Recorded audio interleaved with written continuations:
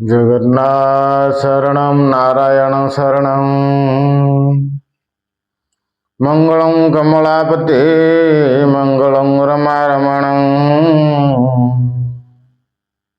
एकांगे सर्वमंगलं मंगलं सत्यनारायणं नमस्ते भक्त बंधु नमस्ते भवतारक नमस्ते करुणा सिंधु भृत्य बंधु नमस्तुते सत्यनारायण देवं शुक्लवर्णं चतुर्बाहु प्रसन्नवदनं ध्यायेतं नारायणं नमो नमो सत्यनारायण देवं शरणजनरक्षणं पतितोद्धारनाथं नारायणं नमो नमः सत्यनारायण देवं क्षीराब्धिसुतावल्लभं अधमोधारणं विभुः नारायणं नमो नमः जगन्नाथ शरण नारायण शरण कार्यक्रम को आपण मानकु स्वागत आशा करी कि समस्ते ओडिशावासी ये कार्यक्रम को देखुथिबे। जगन्नाथ शरण नारायण शरण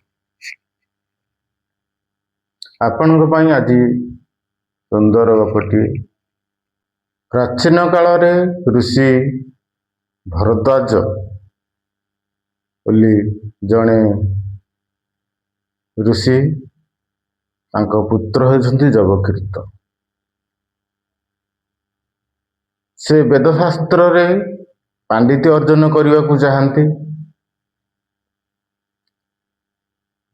किंतु से गुरुकुल को न जाई किमिति वेदशास्त्र रे अति निपुण होगाकू से चेष्टा कले जाइकी गंगा कूल रे ध्यान कले मते किमिति ज्ञान मिलू किंतु प्रकृत रे कौन सेमिति ध्यान कले जे अति शीघ्र आमे ज्ञानी हो जिबा ताहा कौन ठीक से इंद्र को ध्यान कले भरद्वाजंकर पुत्र होती जबकीर्त यही भरद्वाजंकर विषय कहवाकू गले तांकर बापा जे कि भरत एवं तांकर बापा जे कि दुष्मंत आ शकुंतला तांको पुओ होची भरत तांको पुत्र हेले भरद्वाज भरद्वाज को पुत्र हेले जबकीर्त यही जबकीर्त निजे तपस्या करी इंद्र को केमिति वर प्राप्ति हुई मु ज्ञानी हेबी अति शीघ्र से चेष्टा कले जाई गंगा कूले स्नान कले तपस्या कले जले तपस्या करती इमती केते वर्ष बीतीगला पर इंद्र खुशी होई तपस्या रे आसी देखा देले हाँ मु आसी इंद्र कौन मागुच माग हे जबकीर्त जबकीर्त कहले मुझे अति शीघ्र इमती ज्ञानी हो जाती गुरुकुल को जाती मत पढ़ा को भल लगुनि एमती किसी वर अच्छे आप दिंतु इंद्र कहले ना सेमती किसी मुझे पारे आपण को परिश्रम ही करने को पड़ो मुझर जाती कही इंद्र चलीगले किसी दिन इमती बीतीगला गंगा कूले हेमती सबुदिन पर स्नान करी भरद्वाज ऋषि पुओ जबकीर्त आसुता पुणी तपस्या निजक लीन कर कौन करेंगे केमिति आ संतुष्ट करेंगे किसी दिन चलीगला पर हठात दिन गाधेवा जाइछंती देखिले जड़े ऋषि जड़े ब्राह्मण जे कि गंगा नदी रे सब हाथ रे आंजुला करी बाली गुरे नहीं पकेवा लगी जाकि पचारे जबकीर्त कहले तमे गंगा नदी कूल रे बाली मुठा मुठा करी कहीं पकाउच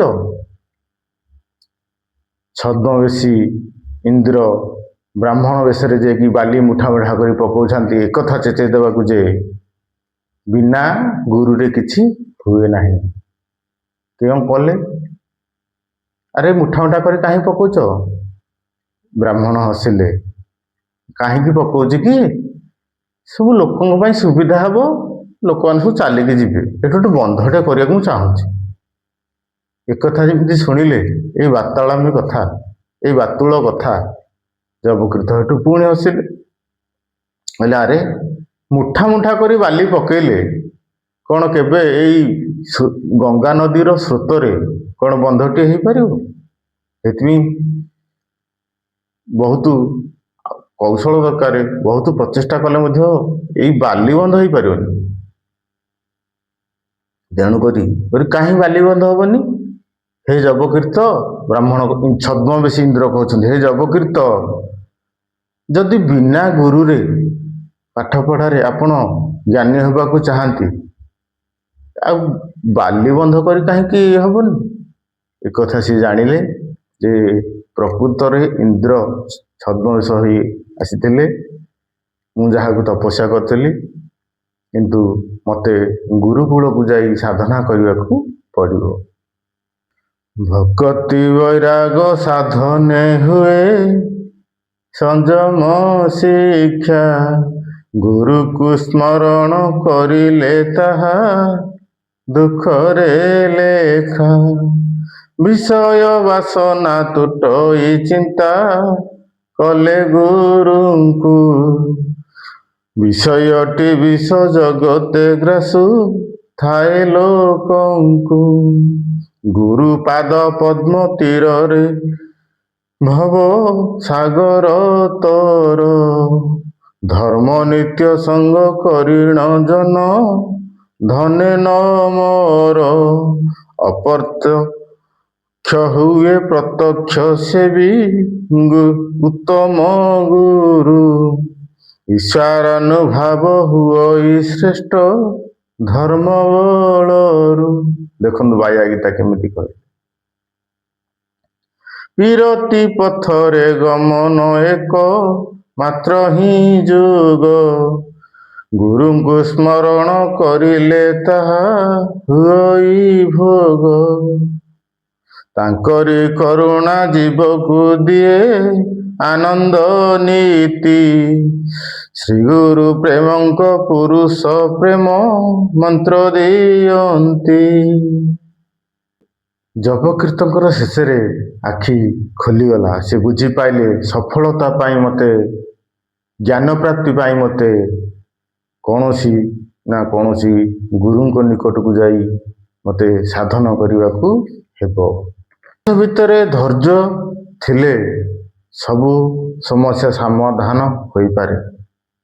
ଜଣେ ଲୋକ ପ୍ରଶ୍ନ କଲେ ଯେ ଏ ଧୈର୍ଯ୍ୟ କ'ଣ ଚାଲୁଣି ଭିତରେ ପାଣି ରଖିଲେ କ'ଣ ଏହା ସମ୍ଭବ ହେଇପାରିବ? ପାଣି ଆସିପାରିବ? ହଁ, ଜଣେ ସାଧୁ ଉତ୍ତର ଦେଲେ, ପାଣି ବରଫ ହେବା ପର୍ଯ୍ୟନ୍ତ ଅପେକ୍ଷା କର, ଧୈର୍ଯ୍ୟ ଧର, ନିହାତି ସାଧନତା ହେଇପାରିଲେ ପାଣି ମଧ୍ୟ ଚାଲୁଣିରେ ରହିପାରିବ। ଏଇ ଜବକୀର୍ତ୍ତ ଆଉ ଇନ୍ଦ୍ରଙ୍କ ଗପରୁ ଆମେ ଏହା ଜାଣିଲେ ପରିଶ୍ରମର ବିକଳ୍ପ ନାହିଁ। ଆଧ୍ୟାତ୍ମିକ ଶକ୍ତି ବା ଭାଗ୍ୟ ଦ୍ୱାରା ଆମେ କିଛି ପାଇପାରିବା ନାହିଁ, କିନ୍ତୁ ପ୍ରକୃତ ଯୋଗ୍ୟତା ପାଇଁ ଶାରୀରିକ ଓ ମାନସିକ ପରିଶ୍ରମ କରିବା ଉଚିତ। ଶାସ୍ତ୍ର ଜ୍ଞାନ କେବଳ ବହି ପଢ଼ି ବା ମନ୍ତ୍ର ଜପିବାରେ ନାହିଁ, ବରଂ ଗୁରୁଙ୍କ ପଦଶ୍ରିତ ମାର୍ଗରେ ଅନୁଭବ କରିବା ଦରକାର। ଜଗନ୍ନାଥ ଶରଣ, ନାରାୟଣ ଶରଣ।